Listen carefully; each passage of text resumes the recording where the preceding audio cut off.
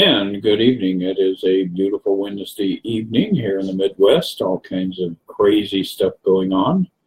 We got wind, we got rain. Before long, we'll have snow and all sorts of amazing delights as the change of seasons is upon us. And I see we got a couple of people showing up here. This is the second time I started the video because the first firing didn't go off quite as expected, so hopefully we won't be encountering any glitches from our various tech resources between the internet and the modem and all the other different components to get this little video out there and available. It frequently requires a huge amount of cooperation, and that's what we're talking about with our subject matter, A Course in Miracles. Wow, that was kind of crazy reflection there. And really what we're doing is we're going through the course in a very stripped down fashion, so I'm kind of bouncing forward here with each episode. This is episode number 11. And what we're doing is we're trying to look at what the Course is telling us and put it into an immediate level of comprehension. Because A Course in Miracles is one of those things where you can devote 25 or 30 or 40 years to studying it and still come up with new insights literally on a daily basis. So hopefully the traction that I have managed to gain over the years is something that I can share with you and perhaps give you a little bit of an extra push as you advance with A Course in Miracles and looking at creating a whole new thought system. And that really is what the Course is. It is a thought system. A lot of times we assume that spirituality is all about, the woo-woo things out there that the New Age community is presenting to us. But in real life, A Course in Miracles is a form of psychotherapy. It is a platform for treating our mind. And that would imply that there is something askew with our mind. And so we need to do some therapy with our mind. And that's what A Course in Miracles is all about. It's mind therapy. And it's mind therapy that is based on a fundamental foundation of the idea that God is all that is in existence throughout eternity. And within the mind of God is where we dwell. In other words, God's creation is something that God thought up. It exists in the mind and eye of God. So we are a thought forever and eternally encapsulated in the mind of God, and therefore one with God. And that's what the Course is trying to reveal to us. We've forgotten this very fundamental part of our true nature, of our true identity. So a lot of times people imagine God as being like some sort of a production operation, where you go to a factory and there's a new version of a washing machine or a refrigerator being pounded out every week. And that's what a lot of people imagine God to be, is, this kind of a bizarre factory in the sky that's creating all these various different souls. But as we begin to study A Course in Miracles, we come to recognize that creation is already over. God had that beautiful, beautiful creation of us in totality, and all that's happening now is the extension of creation. In other words, we are not so much creating, but extending the truth of God in all directions, radiating it in all directions. So that being said, the last installment here that I shared with you people, we were looking at a couple of different things from section 2 in A Course in Miracles, the separation and the atonement, which is giving us a series of insights, a series of understandings as to exactly what happened, how all of this seeming reality that we are experiencing came into being. And if you were present last week, you were with me when we were looking at cause and effect. And now we're going to skip forward a little bit here and talk about a subject that really is one of the most fearful images that religion has perpetrated throughout history. And that is the idea of the Last Judgment. So we have created a world where we imagine ourselves to be separate. We are invested in this ego, which is our identity that we use to propel ourselves through this world. And all the time we live in a state of apprehension, conscious or unconscious, of God catching up with us and literally kicking our ass. And the truth is, nothing further could be true for the mind of God. So anyway, the meaning of the Last Judgment. One of the ways in which you can correct the magic miracle confusion is to remember that you did not create yourself. And that we were looking at in last week also. The fact that we were created by God and we will always be as God created us. Now we have the option to have a fantasy about a false identity. Again, that's the ego. And within that, perpetuate a series of false stories that we create about ourselves. And once you get lost in that storyland, all of a sudden you start building guilt. You start building a sense of apprehension. You start building an identity that is a miscreation, but it is not real. In truth, it does not exist. You are apt to forget this when you become egocentric. And this puts you in a position where belief in magic is virtually inevitable. And we were talking last week about the difference between magic, which is a substitute for healing. In other words, let's say you have a sore foot and you go to a doctor who recommends, using Epsom salts and soaking it 3 times a day. That's magic. You're trying to fix an effect. And really, in truth, what we want to do in this journey that we're taking into a deeper level of self-realization is to eliminate the cause of these illusions of illness, of lack, of loss, of fear of failure. All of the different components of modern life are based on, a series of illusions that we have connected together to cause us to be secure in our sense of separation. And so true healing is when we heal what? The mind, because the mind is a generator of all the experiences we are having. So don't worry about your body. Your body will take care of itself. It's your mind that needs to be corrected. It's your mind where healing occurs. And once you have resolved the conflict and the fear in the mind, the body will just naturally manifest a state of wellness. So what we're really doing here is recognizing the difference between living in the material world and stepping a rung higher on the ladder and starting to identify and look at ourselves in relationship to God.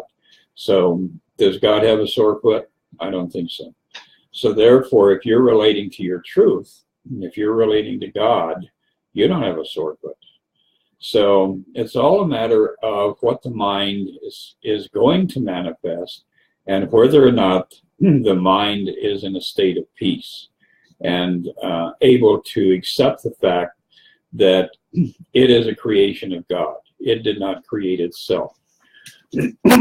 So your will to create was given you by your Creator, who is expressing the same will in his creation. And that's what I was just talking about, this desire to extend. Because God, in the primordial state, knew only of itself. God only knew God. That was all there was. So in order for God to create, there's only one point of reference. That's God. So God decided to create God as his surrogate, as his child, as his expression of self. And that was us. And that is our true desire to create, is to extend God infinitely in all directions, to dwell in that space of eternity. We're not limited by time. We're not limited by dimensions. We're not limited by anything. You know, we are in a state of pure bliss, in the state of ecstasy, extending love, extending God in all directions at all times. And that's what true creation consists of. Okay, since creative ability rests in the mind, everything you create is necessarily a matter of will. So, you know, we've looked at last week the idea of karma, which is cause and effect, which is the fundamental law of this realm. And then the next level is the level of the mind, where you can use the mind to alter the seeming reality that you are experiencing. And then the third level is to transcend the mind and arrive at that place where you are so fully identified with God that you are expressing perfection. You are expressing your true essence as God. So on that level of this material world, the uncontrolled mind is susceptible to cause and effect, to karma. For every action, there is a reaction. The next level is recognizing, oh, my mind, if properly trained, can manifest this or manifest that. And then we're off and running on trying to create all these things that will give us a sense of fulfillment, that will make us happy. And you can create an infinite number of things across a seeming eternity and never really get that sense of fulfillment. Because in truth, the one thing that you want and you desire most deeply is your reconnection to God, your recognition of your identity within God. So all these little manifests that we create are simply a diversion, and they're never really going to give you a sense of security and fulfillment and reward. So going forward here, it says, it also follows that whatever you alone make is real in your own sight. In other words, your experiences in this world are what you have created. Now, if you're wanting to live in that realm of a victim, you're looking around you and blaming people and situations and circumstances for the experience that you're having. The truth of the matter is, you created those experiences by the power of your mind in order to get a sense of validation that all of this is real. You know, all of the world that we perceive from our particular angle of consciousness is going to reflect the content that concretizes, that makes solid, that stabilizes this realm in our imagination. So as soon as you begin to really want to change that, the first step is ownership. You're going to have to admit, hey, I made this mess, and now I've got to learn how to unmake it. So going forward with that, it says, Whatever you alone make as real in your own sight, though not in the mind of God. The basic distinction leads directly to the real meaning of the Last Judgment. The Last Judgment is one of the most threatening ideas in your thinking. This is because you do not understand it. Judgment is not an attribute of God. It was brought into being only after the separation, when it became one of the many learning devices to be built into the overall plan. Just as the separation occurred over millions of years, the Last Judgment will extend over a similarly long period, and perhaps an even longer one. Its length can, however, be greatly shortened by miracles. And the miracle is the act of forgiveness, the extension of love.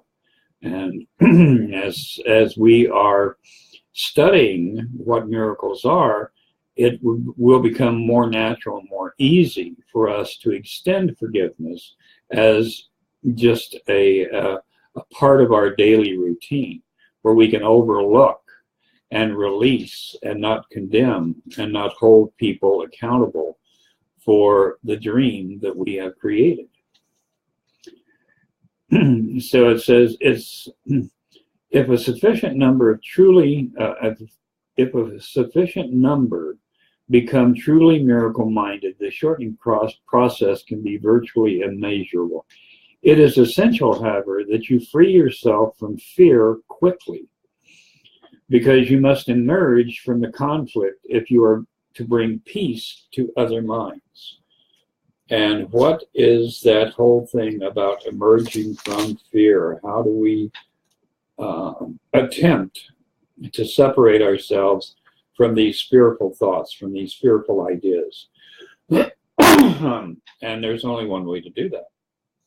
We have to stop the mind. We have to stop the thinking process and allow that contact to come into place, where we are actually experiencing a sense of being at one with God.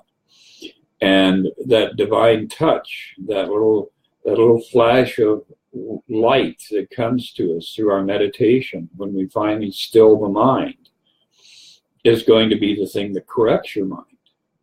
That's what you're looking for. That's the ultimate goal of A Course in Miracles, is to get to a point where you can silence the mind and experience that communion with God periodically throughout the day, so that the madness that you have been living in, the state of illusion, is starting to be dismembered, disassembled, and eventually you will see an entirely different world around you, because you have allowed God to correct your vision. You have allowed God to show you what the truth is. You will see your fellow man that you're now seeing as evil and corrupt and, all of these different hideous imaginings. You will begin to see the light within them and recognize that, no, they are the creation of God, just as I am the creation of God. And my ego, my sense of separation, has written a script where they have become a villain. So hopefully you guys are able to comprehend this. It's really not very complex, but our ego does like to resist these ideas. So you may have to get back into, A Course in Miracles and read it over and over and over again before you can start to disconnect from the power that you have given the ego over your own mind. So as we're continuing here, it says, punishment is a concept totally opposed to right-mindedness. And the aim of the Last Judgment is to restore right-mindedness to you. The Last Judgment might be called a process of right evaluation. It simply means that everyone will finally come to understand what is worthy and what is not. After this, the ability to choose can be direct rationally. So again, it goes back to that idea of we're the ones who are in control. We're the ones who have the power. over the process of our own awakening, over the process of our own acceptance of forgiveness and extension of forgiveness. After this, the ability to choose can be directed rationally. Until this distinction is made, however, the vacillations between free and imprisoned will cannot but continue. So free will or imprisoned will, and that's our choices. There are no other choices. We're either free of the ego and its judgments and its fears and its limitations, or else we're existing in that darker realm where nothing real is actually being experienced. We're experiencing a hallucination, and it's a very dark hallucination at that. So, finishing up this section real fast here, it's the first step toward freedom involves the sorting out of the false from the true. This is a process of separation in the constructive sense and reflects the true meaning of the apocalypse. And, you know, we all know, or hopefully we all know, that the whole idea of the apocalypse, the meaning of the apocalypse, is the lifting of the veil. And that is getting past the illusions that we have been addicted to. Everyone will ultimately look upon his own creations and choose to preserve only what is good, just as God himself looked upon what he had created and knew that it was good. At this point, the mind can begin to look with love on its own creations because of their worthiness. At the same time, the mind will inevitably disown its miscreations, which, without belief, will no longer exist. So that's really bringing us up to speed on the idea of the last judgment. It is the lifting of the veil, the separation of truth from illusion, and the capacity for us to choose again. In the past, we've been choosing the illusion. We've been choosing to condemn and to attack and to call for execution. You know, we put Jesus on the cross 50 times a day, every day. And that sounds kind of austere, kind of stark, but that is the truth. You know, every time you condemn a politician or a religious leader or an activist or a this or a that, you're condemning Jesus. It's all one. There is only one of us here. So we have to get to that point where we stop putting Jesus on the cross and start allowing ourselves to accept the fact that we were responsible for the illusions that we are experiencing. And that's the only avenue out of this world of madness. You know, you talk about world peace, I want world peace, I want this, I want that. The truth is you're never going to have it. That doesn't exist in this realm. We can come very, very close to it. But once we attain that level of complete realization, what happens is this realm no longer exists. All of a sudden, we're back to God. And that's all there is. There is no duality. There is no idea of, you know, the beautiful meadow and the lovely breeze and all of these images that we have about peace in the valley, peace that we're hoping to attain in our lifetime. The only peace that we can gain is to be at peace with ourselves and to start to re-experience our union with God. And that's the way it all works. So we're going to skip forward here now to a lesson real fast. We've moved all the way through up to lesson 22. And now we are going to contemplate real fast here one of the more powerful lessons in the workbook. This one, when you really start to focus in and comprehend what it's telling you, it will astonish you as to how fast you can mobilize and advance and heal and extend healing to those around you. So lesson 23 says, I can escape from the world I see by giving up attack thoughts. The idea for today contains the only way out of fear that will ever succeed. Nothing else will work. Everything else is meaningless, but this way cannot fail. Every thought you have makes up some segment of the world you see. Think about all of the random garbage that goes through your mind throughout the day. And imagine how that is actually generating an exterior picture of the world that you believe is real. So every time you're thinking, you know, that guy over there looks like an idiot, look, he's drooling out of the corner of his mouth, and this person over here is a moron. All of those thoughts are creating your world. So what a powerful recognition when we can actually come to a point of realizing how we have created a world filled with dysfunction, sorrow, suffering, all of these horrible things that we are in resistance to. If the cause of the world you see is attack thoughts, you must learn that it is these thoughts which you do not want. There is no point in lamenting the world. There is no point in trying to change the world. It is incapable of change because it is merely an effect. You are creating it. So it's not going to change on its own. The only way there's going to be a change is if you actually decide that you want to change it. And this is, you know, the whole point of Course in Miracles. And this is a book on how to change the world you're experiencing. It says, but there is indeed a point in changing your thoughts about the world. Here you are changing the cause of the world. The effect will change automatically.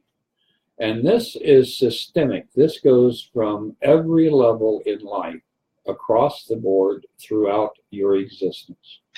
So if you have a bunion, if you have a broke bank account, if you've got all these different sorrows and lamentations, then that can be changed, but only through the realm of the mind.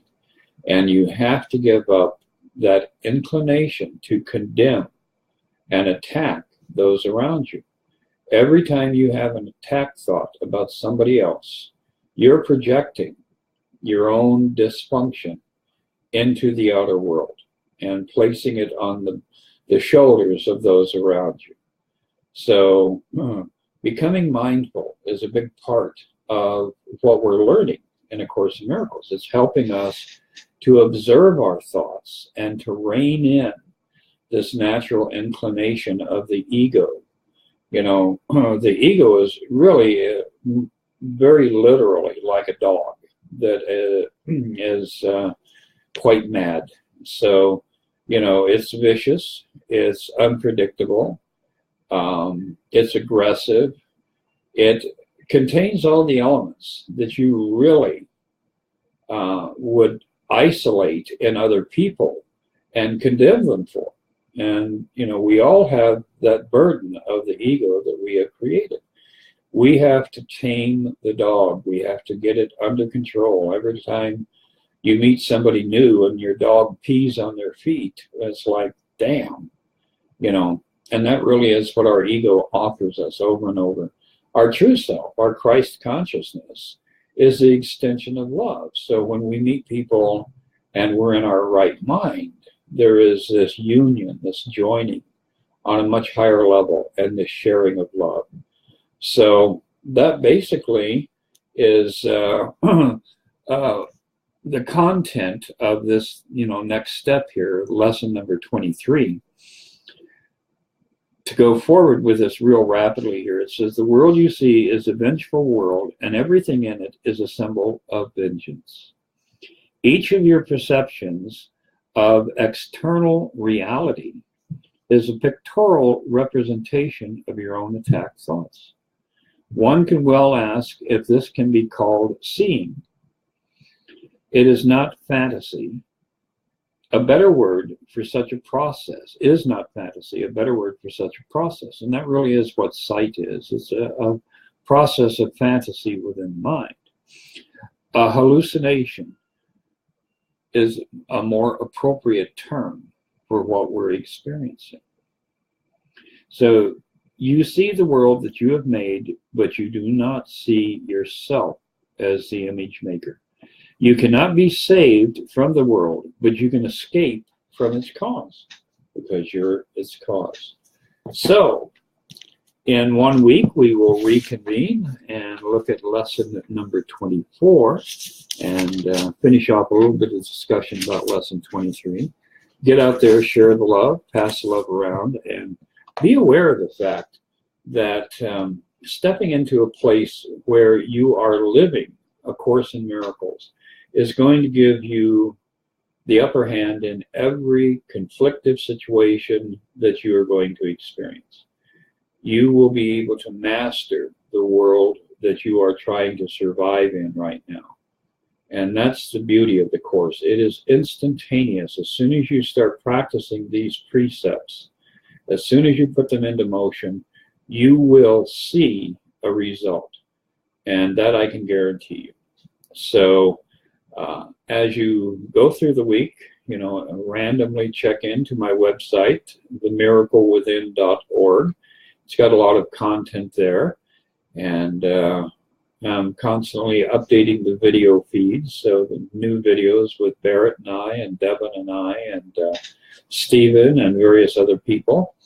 So do join us in this journey toward awakening, in this journey toward an aesthetic realm that can be immediately accessed. Wouldn't it be better to live in a state of ecstasy than in a state of agony? That's the old book about Michelangelo, The Agony and the Ecstasy. And that really is a synopsis of the two different realms that are available to us. We can live in ecstasy, or we can live with our ego in agony. So once again, have a joyous week, and I will be communicating with you in 7 more days, and we're going to have all kinds of new content on the website over this coming week too, so check it out. Bye now.